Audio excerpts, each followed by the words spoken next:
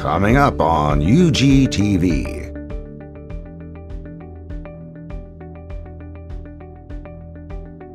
A special session of the Unified Government of Wyandotte County, Kansas City, Kansas.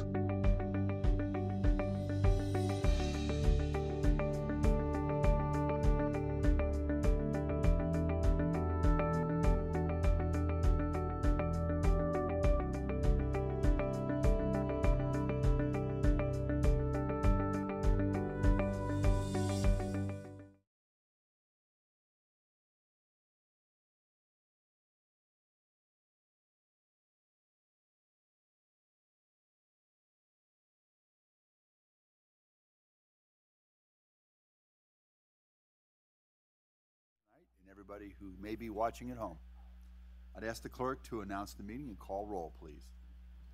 A special session has been held on Thursday, February the 14th, 2019 at 5 o'clock p.m. in the 5th floor conference room for a presentation on the Casino SBB grant, followed by the priority-based budgeting. Roll call. McKiernan? Mugia? Johnson? Here. Kane? Here. Markley? Here. Walters? Here. Philbrook? Bynum? Here. Burrows?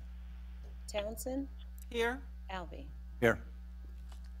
+19139158346 is now joining. I believe that's Commissioner Murguia. Commissioner Murguia? Yes, I'm here. Thank you.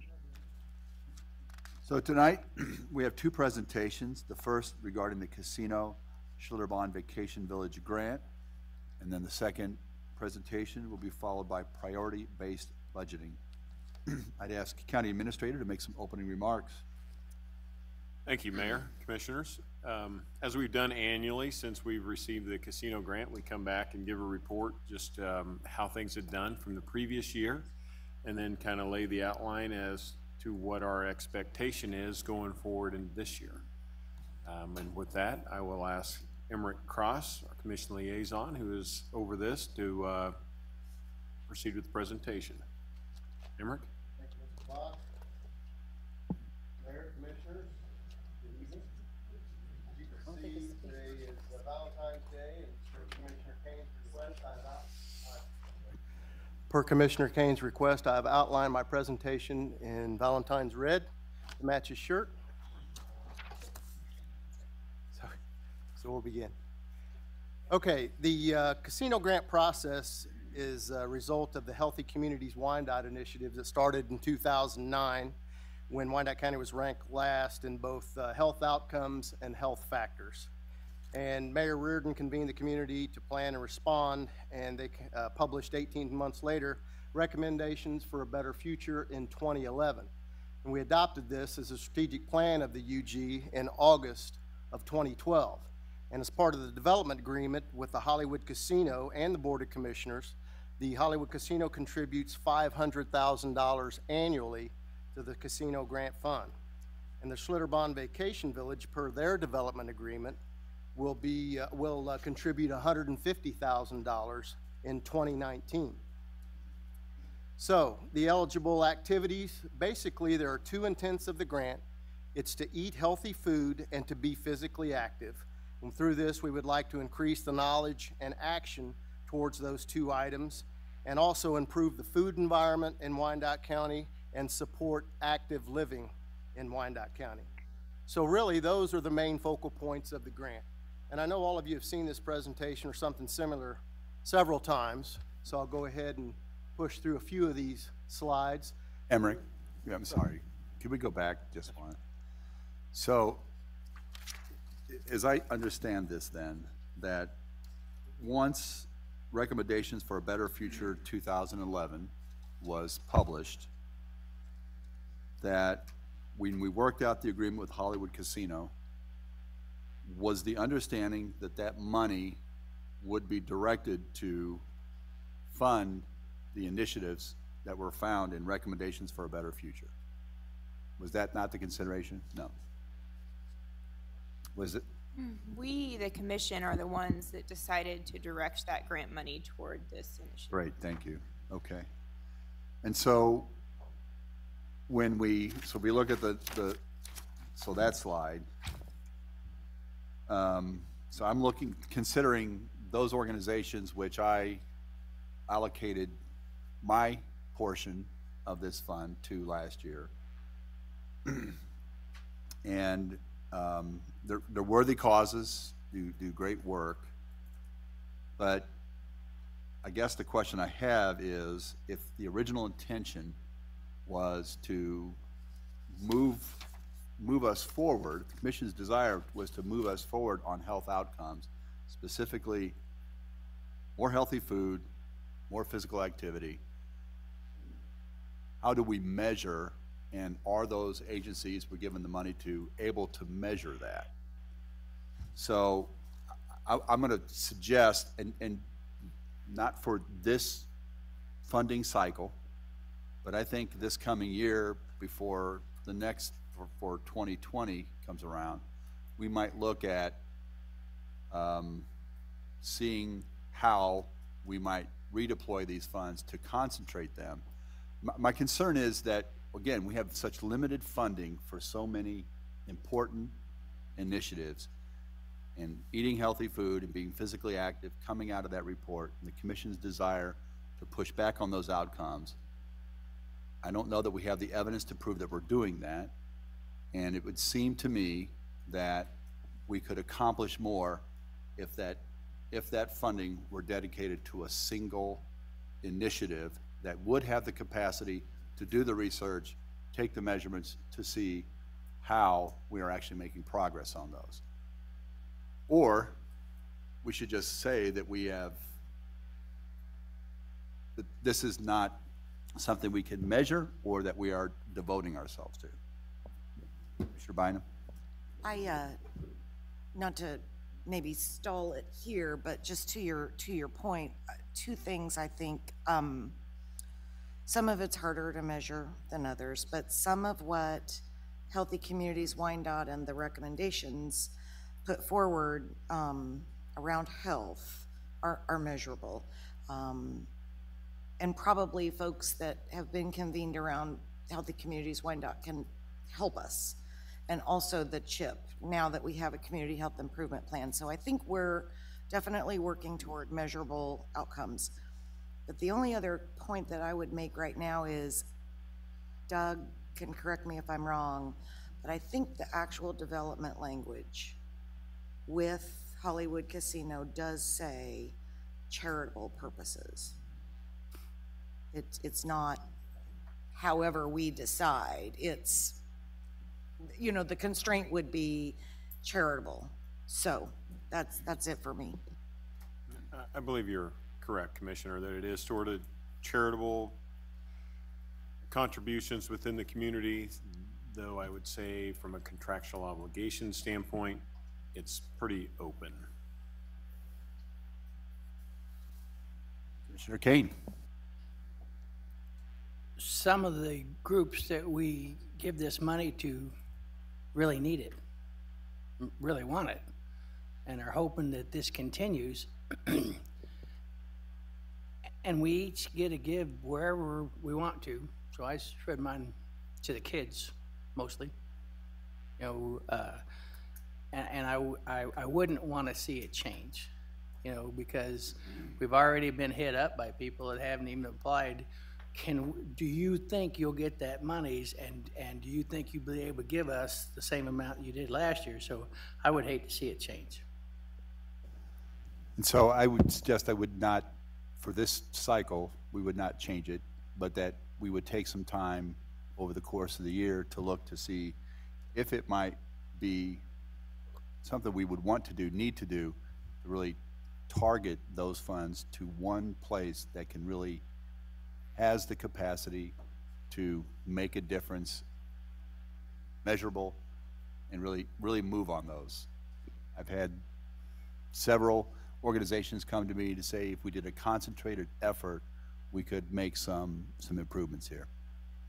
Yes. Okay, for clarification, I'm not going to support what you're talking about. When we have something that's here that has worked for us for the last multiple years, and there is accountability, And I don't want to say you're new, but you're new. And we've had this in play, and I think it works extremely well for all of us. I mean, I'll take a look at something else, but if it'd be hard pressed to change. And I agree with that. I just think we need to look at it, take another look at it. We've been doing it this way for, now it would be 5 cycles, to see again, with limited resources, is there initiative, maybe through the health department or through Healthy Communities Wyandotte, that would say we can really push the needle on physical activity and eating healthy food. I'm just suggesting that we look at that to see if we can really make a difference. All right, I said my piece. Mayor, I have a Yes. question for you. So, just using the 2 examples you gave, is this grant money does it have limitations? I don't think this grant money is allowed to be given to a government entity. Correct. Yes. Okay, because you just mentioned. Right, you're right. Yes. That is correct. Yeah. So I just want to make sure you may not have known that. And I think what might be helpful, I totally support, whatever you want to look at, the details of it. And I definitely agree with you that this money needs to produce measurable outcomes. I'm definitely in favor of that. But I think staff might want to brief you on what the restrictions of the actual grant are, which are we can't fund ourselves to pay for stuff we're doing with the grant money, was always my understanding from the beginning. That's all I have. Thank you. Okay. So, well, grant requirements. It must be a 501c3, and they units of local government like the UG Public Schools and the community college are ineligible. And we want the funding to be used primarily in Wyandotte County, and we want it primarily for the residents of Wyandotte County. So those are some of the grant requirements. And I know you've seen these before, but I'll go through a few of them if you'd like me to. What we won't award is like capital campaign, endowment campaign, annual fund drive, debt retirement or operating deficits. It's not to be used for items like that, or direct support to individuals, including scholarship monies. It cannot be used for those. No lobbying, legislation related, or political campaign. No political activities like that, and activities that specifically benefit a member of an athletic, veteran, fraternal, sectarian, or religious group. And you can use it for equipment expenses if they directly improve the organization's ability to provide and deliver services. So some of those are some of the grant restrictions that we do have. For your reference on the grant guidelines, you can read through those up there. The bullet point I'd really like to point out is right there. We must demonstrate programs that reach at-risk or underserved populations. That's who we're really trying to reach with these grant monies. So if we'd like to keep that in mind. So what did we do last year with the grant monies? We had 58 grant applicants. We had 49 grant recipients. The median awarded was $8,000. The highest grant awarded was $54,763.64. The lowest grant awarded was $1,000. Last year there were $602,400 in grant monies awarded in 2018. So for 19, there's a total of $650,000 available this year. Remember, there's no restriction on minimum or maximum size of the grant, and the activities funded by the grant must be completed with the year cycle. You know, we have a midterm report that's sent in, and I send it out to all the commissioners from the Greater Kansas City Community Foundation in December, and then at year end I send out those final reports as well. Since 2013, the UG has awarded a total of $3,975,000 in monies. The Hollywood Casinos contributed $3 million from 2013 to 2018, and Schlitterbahn has contributed $975,000 per development agreement with them, and that was from 2016 to 2018.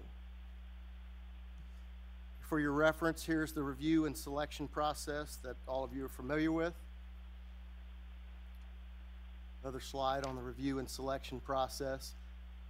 This year, each commissioner and mayor will designate in writing how they wish to allocate their share, and the total this year is $59,090.90. So that'll be the $650,000 divided by 11. And of course, the funds, distribution of the final funds has to be approved by the full commission, and that'll take place in late June. To that point, I'll go over the timetable for this casino grant process this year. The grant applications are available online February 25th. The grant information session that's held at the Health Department will be on March the 5th. That's a Tuesday from 2 to 4 p.m. That's an important session for newcomers applying to the grant, and folks that have already applied to the grant in previous years are welcome to come and ask any questions they may have. The application deadline is very important. That is April 5th this year. After that, the Greater Kansas City Community Foundation reviews all the applications, and the eligibility recommendations are completed by then, and that will be done by May 10th. They will send them back to the commissioner and the mayor for review. You have a 2-week time period there from May 13th to May 24th to complete that. And then on Friday the 24th, the designations will be due to me at 5 p.m. And then we'll have the distribution of the proposed designations to the commission, and that will be done on June the 7th.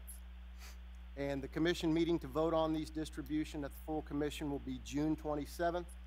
And then because of July 4th, it's kicked back 1 week later this year for the notifications to be sent to the grant recipients on July 12th, which is a Friday. So with that, the information will be posted probably tomorrow on the website. I will also, Mayor, send you and the commissioners an email with this information if you want to put it out on your social media sites to get the word out and let everybody know. We encourage everybody to apply and to certainly make that grant information session at the Health Department on March 5th if they have any questions. And they're always welcome to call Denise St. Omer at the Greater Kansas City Community Foundation or myself, and her number is on the website as well. With that, Mayor, I'll turn it back over to you unless there's any more questions. Yes, Commissioner Townsend. Thank you, Mayor. From the date of July 12th, assuming that schedule, we meet those time frames, what is the estimated time it would take for an award recipient to actually receive check in hand? I don't know the exact answer to that this year, but I know in previous years it's been, I think, a couple of weeks and they got the checks. But if they have any questions, they're always welcome to call Denise St. Omer over there or myself, and we can follow up on any inquiry like that immediately, and I'll get back to them. Just turn them over to me and we'll handle it. Thank you. Mm-hmm. Thank you, Emmert. Thanks, sir. Next topic, priority-based budgeting. Thank you, Mayor. Okay, so the next topic we have is one that stems really from our work back in 2017. As we went through the 2018 budget process, more conversations from the governing body started to continually emerge about how we place priorities on, or how we really get a good understanding of where we're spending our money and how those align with the priorities and the goals of the commission for the many items that we don't actively discuss during the budget process. As we deliver you the 500-page document, we spend some time getting into it, but we hit a lot of the bigger initiatives that are out there. So this is one that the finance office has taken and jumped into in great detail to work through this, really develop a program that will work for priority-based budgeting that'll align everything about what we do with our budget with your commission goals. It's a huge undertaking, so in even presenting this tonight, we're not presenting it that this is our methodology for the budget process this summer. This is really to let you know what we have done so far as we were getting ready for it, and would really be fully engaged as we go through our next year's budget process. Because I guess if you look at it, it's just one of those ways of turning a big ship in the water, and it takes quite a bit of change for our organization to go to that. And tonight, Ms. Von Atchen's here along with Reginald Lindsay and Michael Peters from the Budget Office, and they're going to go into this and spend a little time going through it. I'm pretty excited about it. I hope you will be too, because I mean, we've done this in reaction to directions you're going, and I think it's the future of where budgeting should be. So with that, I'll turn this over to Mr. Lindsay and let him begin the presentation. Good evening, everyone.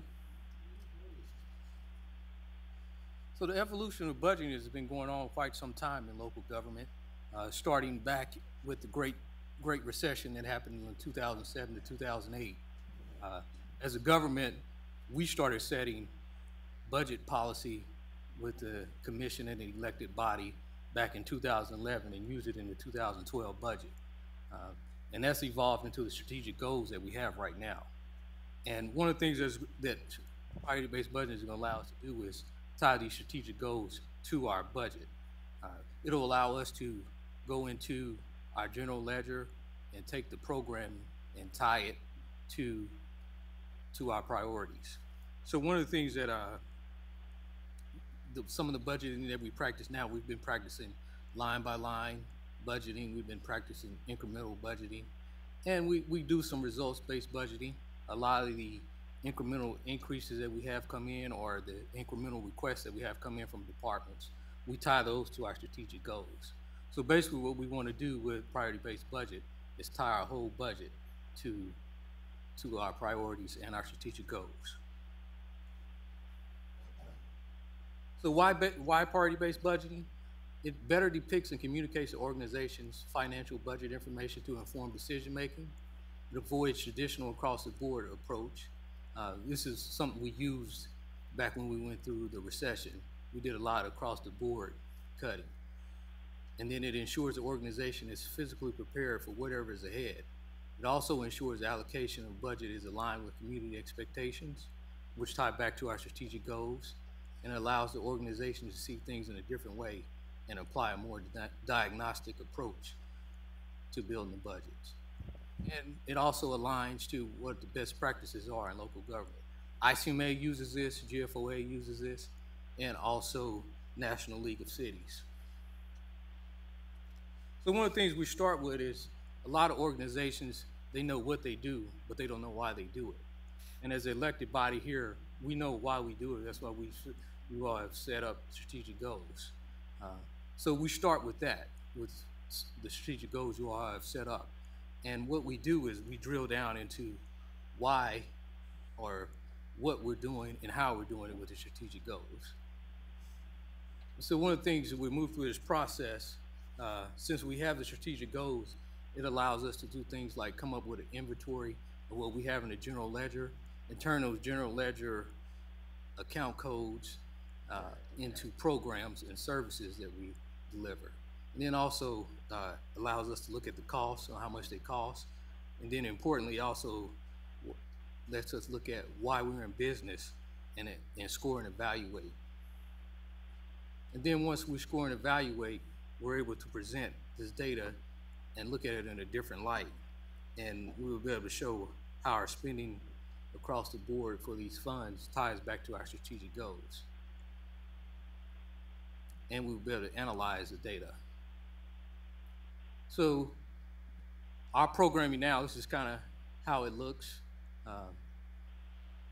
We don't have it like scored against our strategic goals or anything.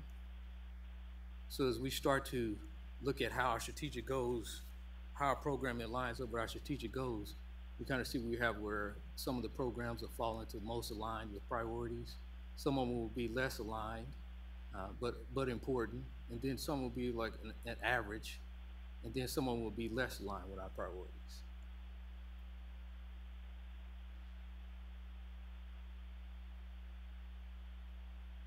So one of the things that happens is once we go through this programming and put all the programs in alignment with our strategic goals, we score the programs against their strategic goals, and the programs get a score a perfect program will get a score of 100. And the lowest program will get a score of like a 0. So we have like these different, this is where most aligned programs will be, the more aligned, and then the less aligned. And then these are our least aligned programs.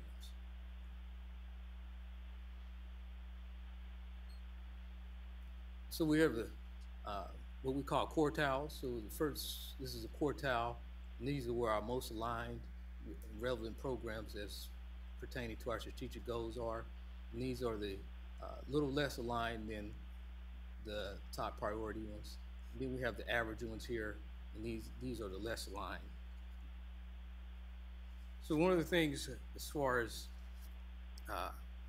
what we're able to do with priority-based budgeting, it is a tool that would allow us to look at the programs based on our strategic goals and allow us to look at our budget in a different focus.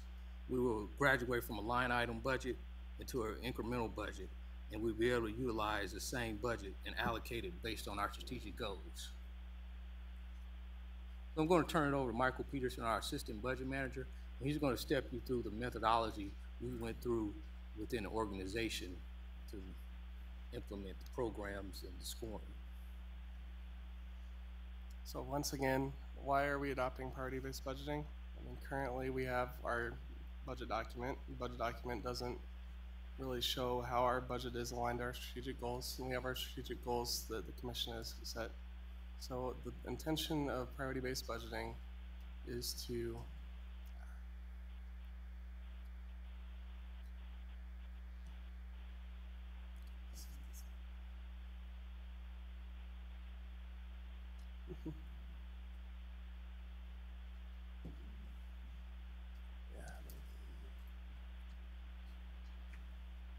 Anyway, the intention of priority-based budgeting is to tie our line item-based budget to the strategic goals of the organization so that we can see for each program where it falls on a quartile scale.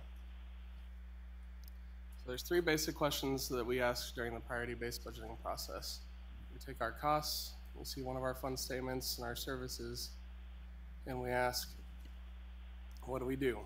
An example of some of the programs that we came up with through that process would be emergency medical services, athletics, and wastewater plant operations. We ask, what does it cost? So we have our overall budget that we've set for the unified government. We allocate each of those lines to the programs that we identify. And then why are we in business? So why do we exist as the unified government? So the first step that we went through was asking the question, what do we do? This is where we identified the programs that we currently operate as a unified government. The definition of a program in priority-based budgeting is a group of people working together to deliver a distinct service to identifiable users. The programs tell the story of what we do as the unified government. So why do we use programs? Programs help to create transparency and show what we do and what it costs. They are useful for starting discussions on prioritization when we do budgeting. They provide comparisons to other service providers. They help us to plan for changes in the workforce, and they help to clarify the context of performance and metrics. Departments are asked to develop their own program inventories, a list of things that they do.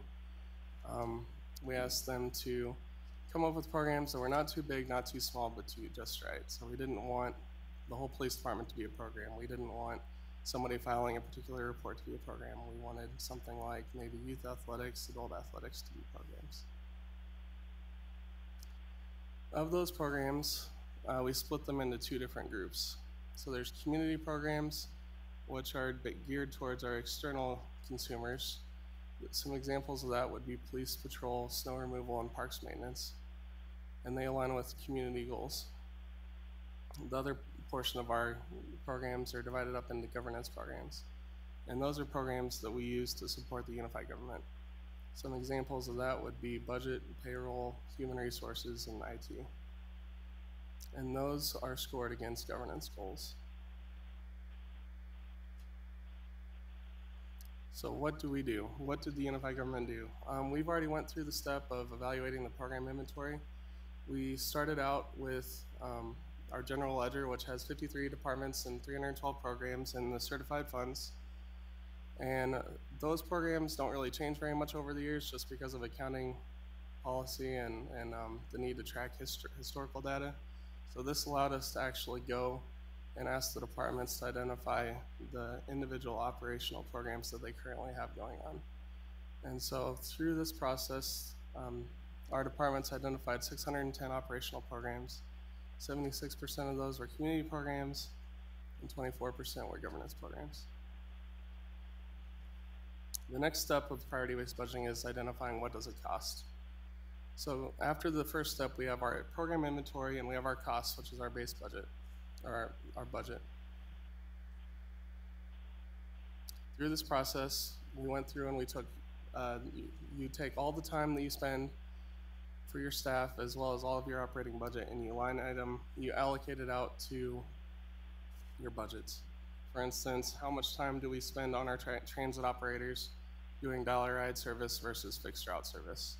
Or how much of our operating budget do we spend on mowing cemeteries and medians versus mowing our parks? So we've went through this step as well. Program costing, departments went through the process of allocating all of their budgets and staff to each of their different identified programs. They they allocated over 2,200 positions, which is a little over, it's over 4.6 million staff hours to the various programs, 179 million budgeted expense, and about 2,400 line item detailed budgets. And the priority-based budgeting process is focused on operating costs, so the capital expenses, reserves, items like that were allocated to fixed cost programs that we are evaluated through a separate process.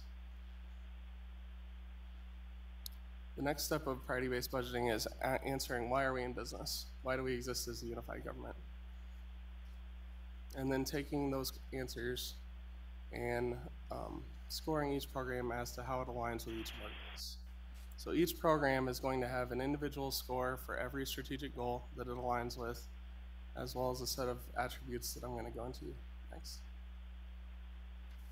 So community goals, just to review, community goals are the goals that we set for ourselves for external stakeholders for the community. This is where the community is the consumer of our services. And for those, we use the strategic goals as set by the commission. And then governance goals are the goals that we set for our internal facing departments where we serve our own departments. Some examples of those are compliance, decision making, fiscal responsibility, fostering a high performance organization, public outreach, quality workforce, and resource sustainability. Each department is being asked to evaluate all of their programs on these two goal sets. So they're asked to, if a program is essential to completing one of the goals, they would score it a 4. If a program has no alignment with one of the goals, they would score it a 0. And there's a continuum. Along with those goals, there's a set of basic program attributes that we have scored every program against.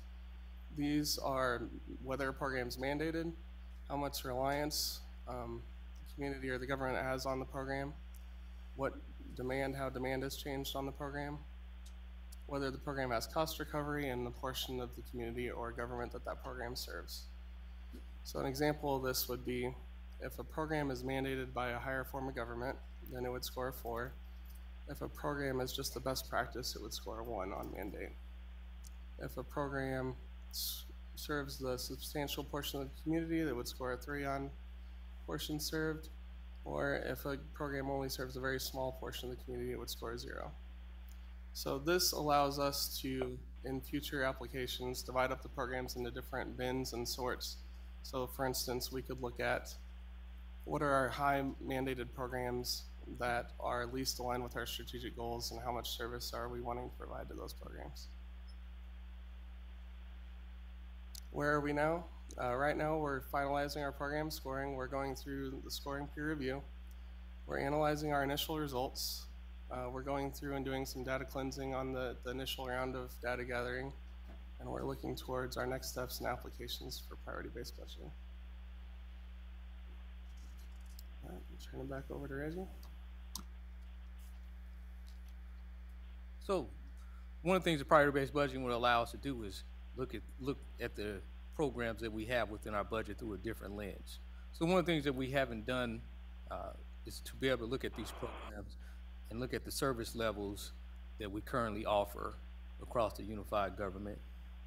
Also, it would allow us to look at our own self-imposed policies requiring us to provide programs that appear to have become less relevant. And then some of the other questions that we can ask ourselves are the services sharing options worthy of consideration with other political jurisdictions, nonprofit agency, or civic organizations? And then also, are there public-private partner opportunities that we pursue? And then also, are there services of lesser relevance being provided that are not externally mandated, for which citizens have other options to obtain the service?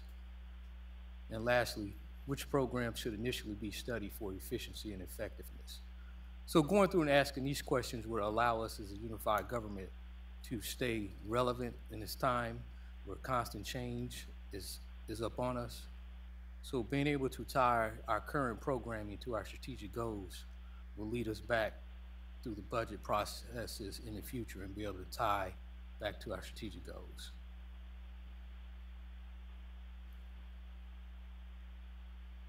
So with that, Mayor, we would open it up for any questions. And I realize this is pretty involved when you get into it. And as I said, we're not implementing it this year. And as Reggie and Michael said, we will be looking at some of the new initiatives and plugging those into this category as we go through it for this year. But we're not bringing everything back to the governing body this summer as we go through this process. But it really does allow us to take the data that ties back to each point of everything we do, every program, as they said, put it into 600 and some that we have, and say, how does that program align back to the commission priorities? And then present that to you in that fashion. So when we get things that are of a lower priority, when you're looking at where you want to focus your dollars, it helps us bring some of those things out that we don't see that much for you to be able to see and have more discussion on. Would you be able to provide an example of, let's say, a municipality that has adopted this and the changes in how it changed their experience from what they had done before? Just so, for context. Boulder, Colorado adopted priority-based budget seven years ago, and they have definitely gone through like each budget process since then for 7 years and changed like their programming. One of the things they changed was they had a yoga studio that they used to provide the funding for, and they went back and looked at the programming and figured that someone else could do it cheaper, and they outsourced it. So that's one of the ways they have used it. Also, they have partnered up with other local government organizations that surround them to like do fleet services for them. So they actually get paid for fleet service to do it for other organizations within their surroundings. Thank you. So what I'm assuming is each department and or program within that department, each member participates in these questions, and they feel comfortable to be able to say, I don't think we're having that much impact with this. Yes. Yeah, so and as Michael said, the departments went through and ranked themselves against the strategic goals that everyone came up with. And then also there was a peer group that was set up with employees from around the unified government that went through and scored based on strategic goals. And if there was any question of like a department rating themselves too high, the peer group went back and asked them how they come up with their scoring. Okay, thank you. Commissioner Markley? I mean, I can only speak for myself, but yes, this is what we have been asking for. All the way back to when we kept asking for a list of what our required services were. And at that time, it was very difficult for that information to bubble to the surface. So I think this goes all the way back to those discussions of what is required. That was back when in the recession when we were trying to figure out what we were allowed to cut. But still today, it's relevant to know what are we required to do, what are we not required to do, and everything in between. And to help us allocate our money that way seems only logical. So I think you hit the nail on the head, and I am really excited.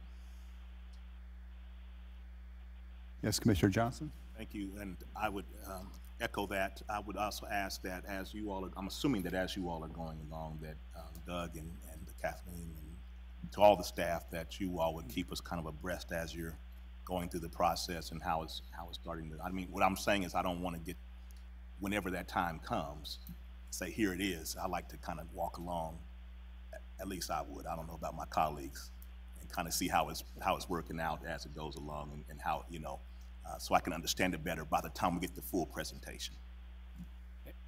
Our intention is really to come back, you know, we're giving you this information now so you get a feel for what we're doing and understand it. Then we'll go back and we'll go through our budget process, and we'll adopt our 2020 budget. And then we're going to come back this fall.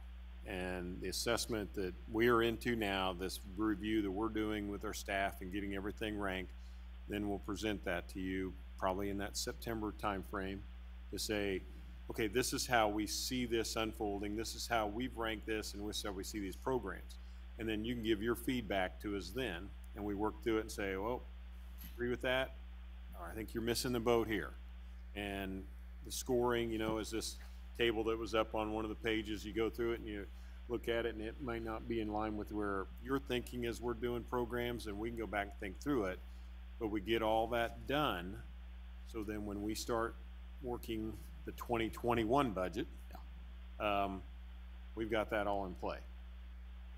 I like that. I just wanted to hear that, and that satisfies my request. Thank you. Commissioner Bynum? And that answered one of my questions, and the other question is, have we done enough of the internal program analysis to have a partial go at it for this budget cycle that we're going to work on now? Well, so one of the things we definitely do, and we have been doing for a few years now with the strategic goals, is we tie like any new initiatives that we have, like coming through for capital or operating, we do tie those to our strategic goals. What this is going to allow us to do is like take the whole budget and be able to do that. So it takes a little time to do that. So really, it's really kind of a change in culture within each department and each program to ask the questions from the bottom up. And so I guess what you're saying is you're in the process, and next year you'll be able to present the full process fully developed. Yes. Fully implemented. And I don't think, it's not really one that designs that we would just do it partially. I mean, we are going to do it partially in the sense that we're using this parameters that we've set out and how it ties to the goal for new initiatives that we come forward. So that'll be the partial implementation. You know, it'll be, here's things come in, how does this fit with what the commission directives are, and we do that like already, but this will be using the formula that's designed for this, that how it gets ranked. So it'll see how that shakes out when we start to evaluate it that way. And I don't know, that's probably as far as we would go with this year's budget process, isn't it? Yes.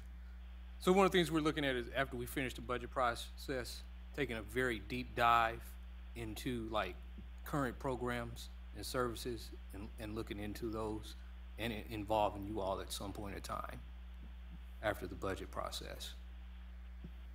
Are there,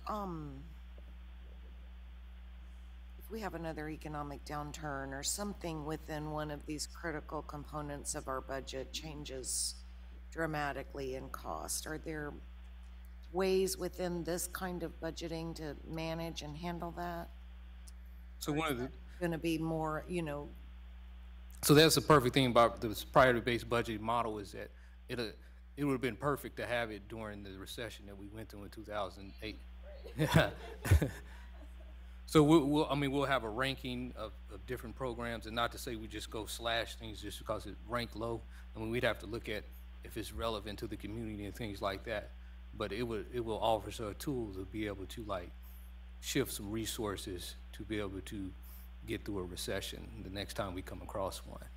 Well, yeah, when we were going through the recession, I think a lot of times we ended up cutting the stuff that was the biggest pot of money because there was money there, even though it might have been the highest priority, like our infrastructure projects, because we didn't know what else to do. So in this case, at least we would have a better idea of what the low hanging fruit is if we had to cut.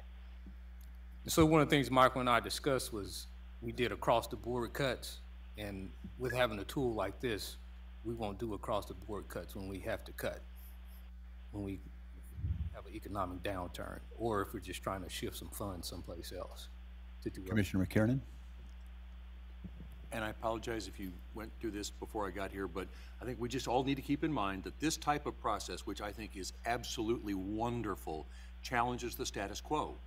And sometimes the status quo, the way we've been doing things, is not the way this process suggests we should be doing things. So we all have to keep an open mind and confront the fact that this is going to, this could bring very positive changes, but there will be likely changes from this process. And we just need to embrace that because we know it's going to lead to the better operation and the better delivery of services. Commissioner Burrows? Well, thank you. And I think what this actually does is identifies our base of expenses, setting our path forward. This will go in from, this will identify the needs versus our wants. And we'll have to prioritize those wants once we find our base of expenses that we have to provide as a government body.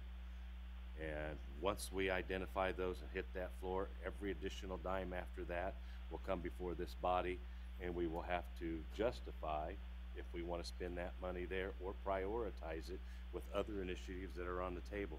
I mean, the advantage of this is you know what your expenses are, and if you can control that lower base and free up the additional dollars for your prioritization, you're very beneficial. But I think what you'll find with priority-based budgeting is you underestimate what your responsibilities are when you start putting a budget together. When the reality hits you in the face, it can be a little daunting to get everything, get your ship in order. So, but I think it's a great start. Yeah, like I have to buy food for my kids. I mean, go figure. Yeah. Other questions or comments from the commission? Okay, well, that's good. Thank you so much.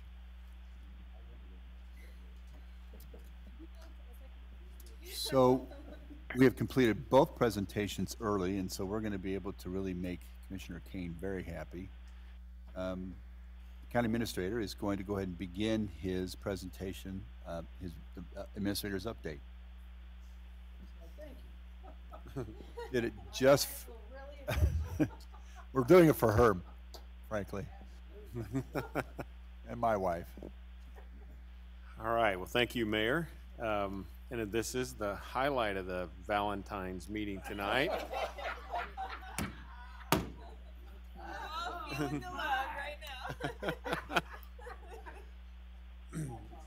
But as we have the time, as the mayor said, we're going to go ahead and jump into it.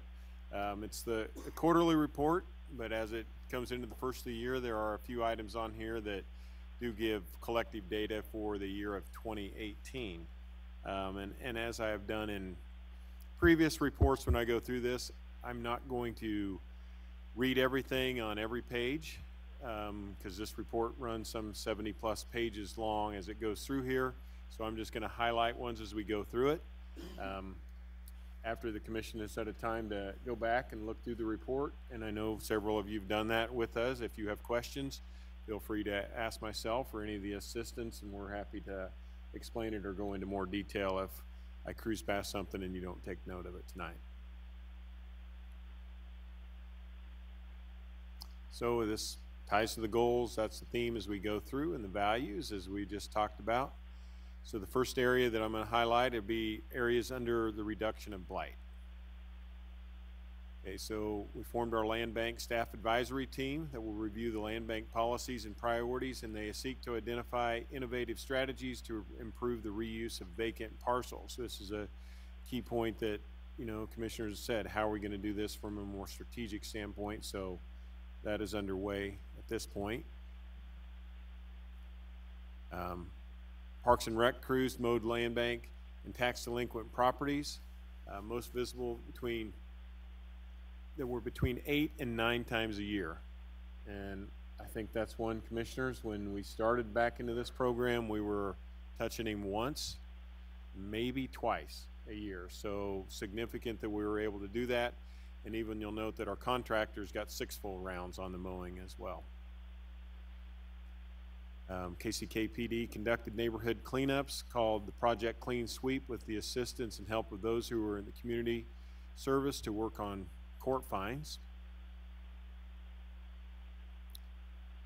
The Knowledge Department data team worked on the development of maps and data to support our Neighborhood Up program and our SOAR initiatives.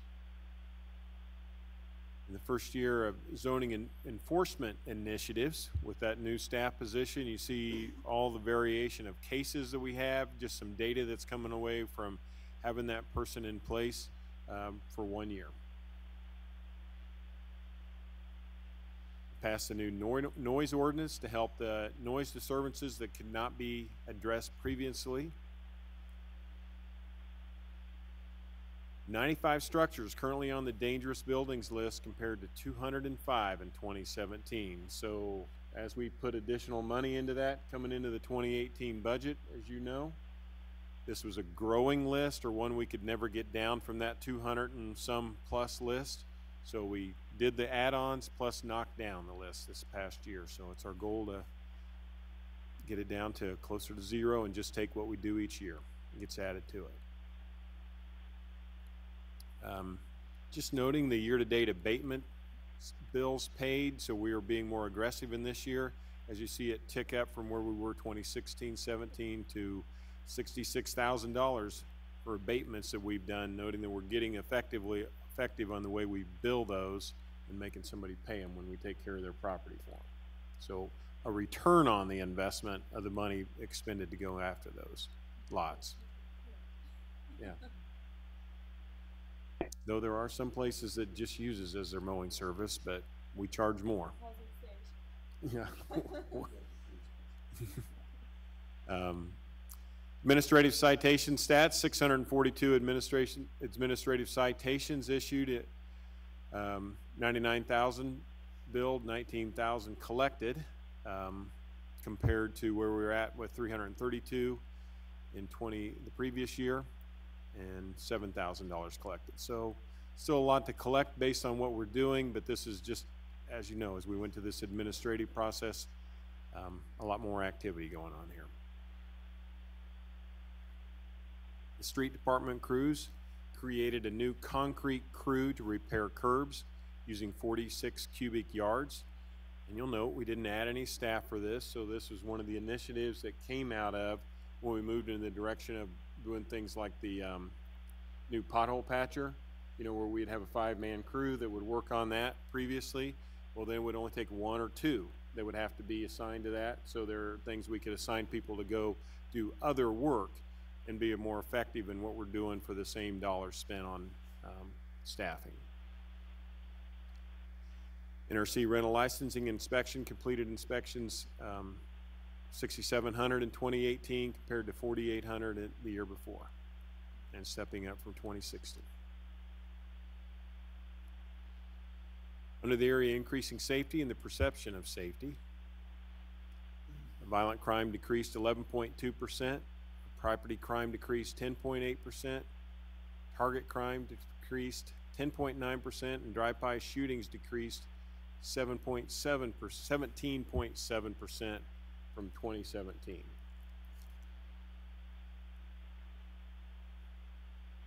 Geospatial Services began collaboration with the fire department to support general mapping and analysis.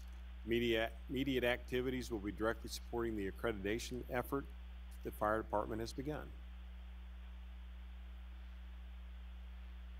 We put in our new restroom at Leo Alvey Park and Heathwood Park.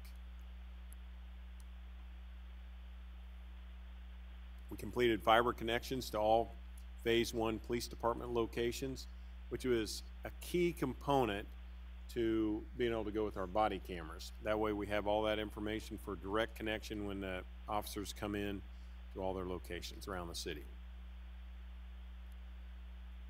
Safe Routes to Schools Outreach Walking School Bus and Safety Education Program completed 15 schools that's in the program and 8 schools currently in the sustainable phase with active walking school bus programs. If you're not as familiar with this is when someone gets out there as a lead in the community and they move through the community and children join, just like instead of getting in a moving bus, they're walking along down the street and going forward from there to school. ADA ramps installed in Parkwood neighborhood and adjacent to the John Fisk Elementary School. have been completed. Municipal cases disposed in 2018, we had 75,000 as compared to 43,000 in 2017. Completed work in several different areas of our buildings, so we just noted them up here on the list.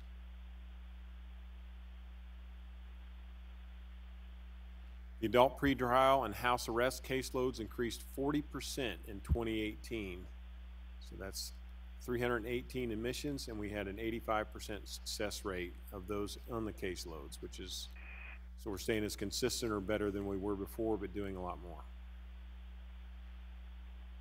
We participated in a tabletop local emergency planning commission exercise with Harcross Chemicals to test our department's capability to respond to public safety emergencies.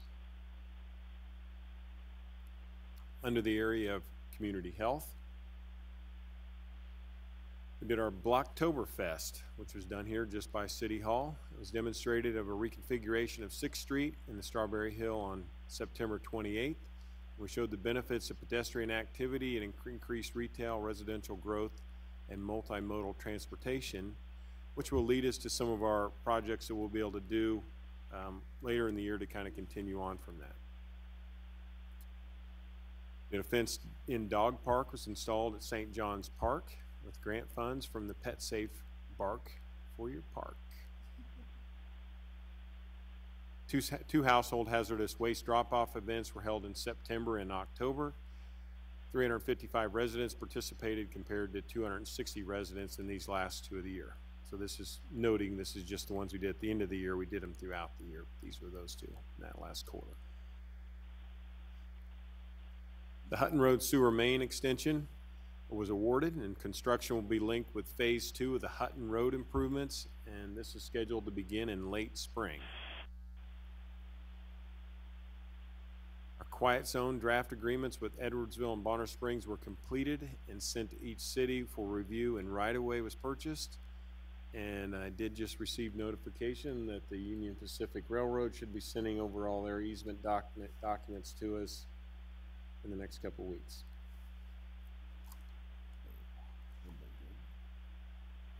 We processed 23 applications for the No Lead grant program. Kicked off the mobile market event on 11/27. 15 vending sites were selected across the country that have met the ordinance requirements. Also, WIC approved foods are available at these. Health Department dietitian provided My Plate Guide nutrition education programs in 3 of our elementary schools in the USD 500 school system. A Road to Wellness employee pharmacy opened in October of last year and has been met with great success. If you haven't used it, you'll find your pharmacy prescriptions there at a fraction of what you would buy them elsewhere. So if you haven't, I would highly recommend it for our employees. Meals on Wheels program, 831 clients served, 10,783 meals purchased in the 4th quarter. Increasing economic prosperity for all citizen goal. Kansas City, Kansas Fire Department completed the process to elevate the city's Insurance Service Office classification, it's the ISO, which can help reduce insurance costs in the city and can also have a positive impact on business development. We anticipate getting those numbers back in the next few weeks, and it looks like we're going to see some positive numbers again on this. And just to that point, you know, as I talk about that, you don't think fire department, economic prosperity, but that ISO rating can make a difference, as you see, on every person's insurance and how it's graded in across the entire city. Turner Diagonal Project was awarded a $13.8 million build grant from the federal government to realign the Turner Turnpike exit ramps. This has the opportunity to open up several hundred acres of development ground for a highly accessible area. Drafted an agreement between the Land Bank and the National Association of Construction Contractors Corporation, which could lead to the rehab of as many as 50 land bank houses that would be marketed to veterans in the United States, veterans of the armed forces. So we're looking forward to that taking off this year and seeing a lot of houses put in play. Research continues to work in the upcoming 2020 census with the Complete Count Committee, and we'll be coming back to the commission later in the year and giving you more detail on that in a special session. Real estate parcel re-inspections in 2018 totaled 25,314. That's compared to 13,846 in 2017. So just continuing to show what a difference it makes to get staffed up and trained. Real estate appeals, we were up in 2018, 3,322 compared to 2,900 in 2017.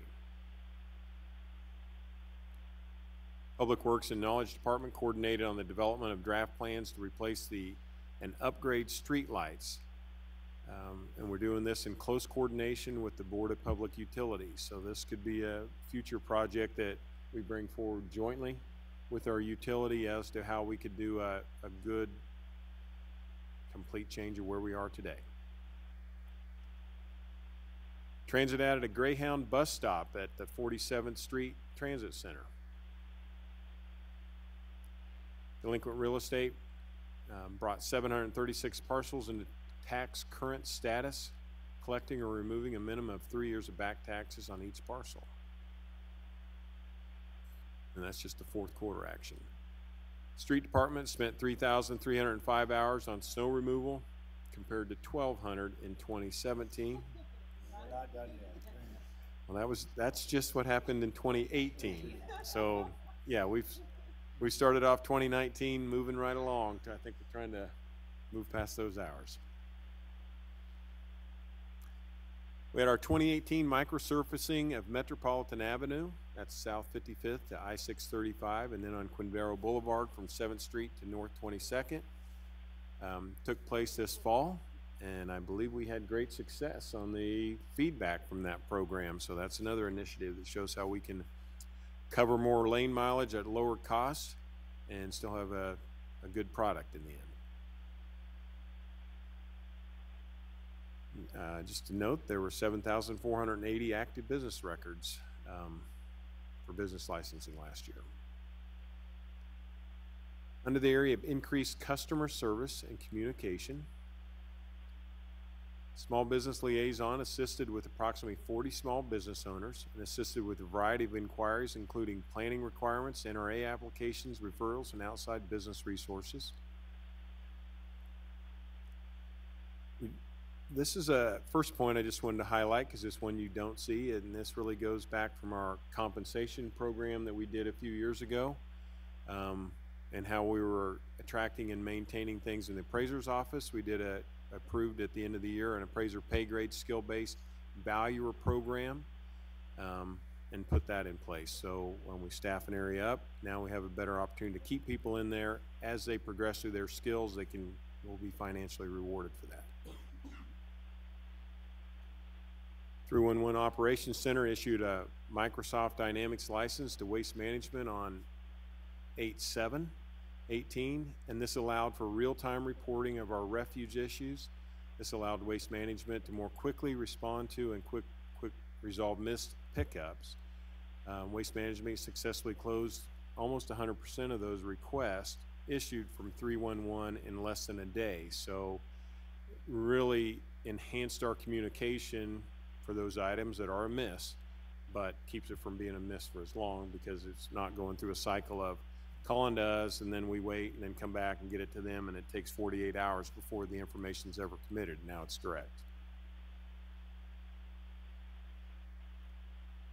Geospatial Services took final delivery of the 2018 aerial photography and to support mapping and GIS. Aerial photography accessibility by the public through DOTS Map is available for download at the Geo portal. DOTS began deployment of the Windows 10 throughout the UG. We've had it in a few places, but now we're putting it everywhere. That started the deployment of the gigabit phones through the UG to deliver gig speed to each desktop. This allows everybody to take advantage of the higher speeds and reduce latency. One of the leadership events we had for my leadership team, we had Tom Ziegler come in. He did a speaking event over at Memorial Hall. I think it was met with a lot of great reception as he went through and talked through many of the events. And this was courtesy of Chief Ziegler, who had built a relationship with him and brought him in for us. No relationship. Through the advancement and advertisement of the Next Request Records portal, the electronic fulfillment of municipal court requests have increased from 252 in 17 to 1,006 in 2018. Next area is customer service and communication. Oh, that's the last one that comes on there. I just wanted to point out just some of the different ones that we go through and do communication with the on-ones with commissioners. I have weekly operations meetings with all my department heads, weekly, bi-weekly, monthly on ones with many of my different staff members. We did 3 different on-threes with the commissioners in the last quarter. Now I'll move on to community cohesion. We produced 1-minute videos with commissioners, so now there's a total of 40 that are out there and they're airing on UGTV. Rosedale ball field renovations, installation of new bleachers and backstop replacement were done. The Snowball Shootout Winter Break Basketball Tournament at Eisenhower had 17 teams in it, which was an up from last year where we only had 7. We purchased social media ads to inform residents and businesses of the stormwater public meetings. So while it's been a big communication thing, we did invest a fair amount of money trying to get out there and make sure people were aware of this, other than just some of the notices that went to some directly. With the election, they sent notice to every registered voter household to arrive in their mailboxes 30 days before the election. Notice explained their voting options, including an advanced ballot by mail application. Assisted Commissioner in hosting the 4th District Summit with over 120 participants coming in. Livable Neighborhoods hosted and coordinated the Good Neighbor Sessions. Each session focused on a different unified government department and was open to the public. There were 8 sessions with an average of 15 in attendance at each one. Livable Neighborhoods also distributed 1,500 Livable Neighborhood Task Force resource guides. The Health Department is the first health department in the state of Kansas to offer HIV PrEP, which is a pre-exposure prophylaxis against HIV. Under the area of values that we have. This just notes some percentages, just information for you regarding turnover rates we've had in the unified government, various things we had from comp and classification hearings and such like that, just for information. Also just noted this point that came up in one of the reports from one of my department heads. I think they were just noting it, but I just thought it was worth putting up here that we held an interview with one of our open positions. It was a young local kid. He seemed excited when we set up the interview, but the interview was not good. After thinking about it for a few days, I called him and asked if he would like some interview pointers. He eagerly said yes, set up a time to have a Coke at McDonald's. Talked for a while and explained a family situation, distracted him during the interview. The department head gave him some pointers and encouraged him to apply for another position. And this time he came back fully prepared and got the job working for us. So I thought that was a good story. That concludes my report for this quarter. So if you like, go ahead and read through it, or if you have any questions about anything pointed out here, happy to answer. Commissioner McKiernan. Thank you, Mr. Bach. I always appreciate these reports. They highlight the fact that we really are very busy in the provision of services to the city and the county, and that's wonderful. And I thank you for adding, so sometimes we report stuff and we just report we did it. It was a one-time we did this. But I asked Mr. Bach if he could give me some additional data points on some of these things. So I'll pick houses demolished.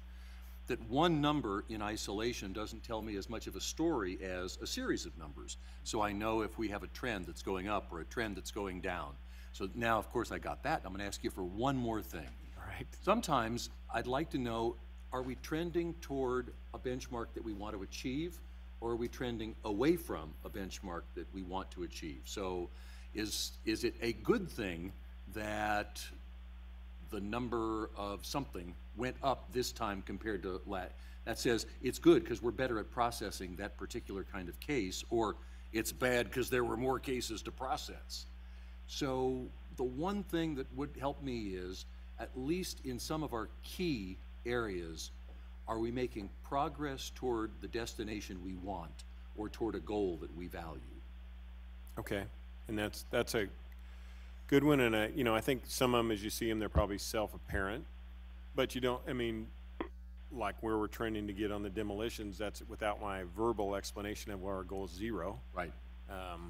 Maybe somebody doesn't think we're actually trying to get there, and that's where we're at.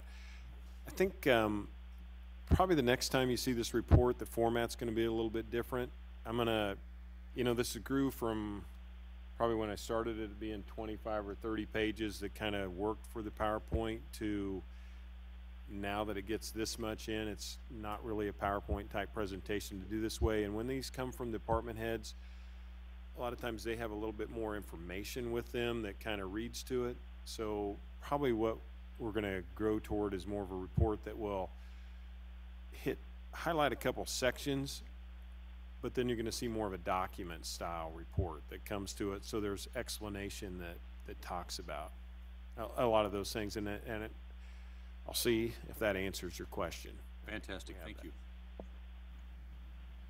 Melissa, Mr. Bynum? A couple things. First of all, just a couple of compliments, and I think they just dovetail nicely with the reports that you've done. Memorial Hall, we were there yesterday for a round of community meetings, and we'll be back next week. And every time I go in, it's so beautiful there. The elevator has just made all the difference in the world, and the renovation that's done in that lobby area as you get off the elevator is fantastic. And our staff is always there taking care of everything that's needed for any event that's being held there, and I so appreciate it. It is a jewel. And secondarily, I feel the same way about Wyandotte County Lake. It is so beautiful all seasons, and we've repaved, it looks to me like about 90% of the road, along with this water line project that was huge. And if you haven't driven Wyandotte County Lake, you really need to do that. It's a treasure. Comment on 311, as far as your data then and your report is telling us that this effort we've undertaken to route our waste management issues to 311, or have our residents route to 311, is working. And the more we can put the word out to encourage people to please, please, please, it's fine, call waste management, but please call 311 one way or another. Turn it in through 311, because that slide showed us that was working. Yes. And go ahead. Well, it makes sure that it's a direct link to waste management, so they get it in a very quick manner. It also allows us to log it into our system, so they have to pick up that trash, and they're limited on their time. They're supposed to get it out there. If we don't know about it, we don't know it was missed. Right. So now if we see that report, we'll go out, we inventory, that's where it's at, and then if they leave it another day, then we're in a position to find them for failure to act on where it's at. So it speeds it up on all counts, and it makes them accountable or liable back to us to make sure it's done. And just two more things. One of the early slides commented on how many of the land bank and tax delinquent properties Parks and Rec had mowed. And I'm just, remind me why Parks and Rec has that particular responsibility? I just don't remember. Okay, it was really just a matter of operationally assigning it into one area, and we moved staff to go with that too. So we had that in the area of streets, and we had it in Parks and Rec, and we were hitting these different areas.